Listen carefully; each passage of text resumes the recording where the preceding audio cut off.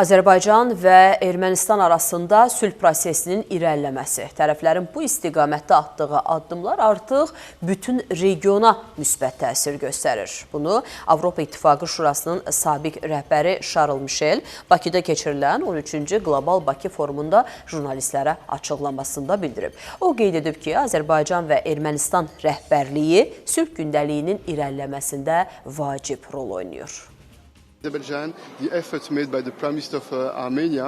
Bakı və İrəvan arasında sülhün möhkəmləndirilməsi regionun nəqliyyat və kommunikasiya əlaqələrini yaxşılaşdırmağa imkan verəcək. Həmçinin iqtisadi layihələrin inkişafı və investisiyaların artması üçün şərait yaradacaq. Bu xüsusilə vacibdir, çünki Cənubi Qafqaz və Mərkəzi Asiya coğrafi baxımdan dünyanın müxtəlif hissələri arasında bir körpü rolunu oynayır. Sülhün əldə olunması və bundan irəli gələn bütün üstünlüklər hər iki ölkə sakinlərinə fayda verəcək. Çox yaxşıdır ki, hər iki ölkə davamlı razılaşmaya nail olmaq yollarını müəyyənləşdirmək üçün prosesə ikitərəfli danışıqlar və birbaşa təmaslar vasitəsilə başlaya bilib.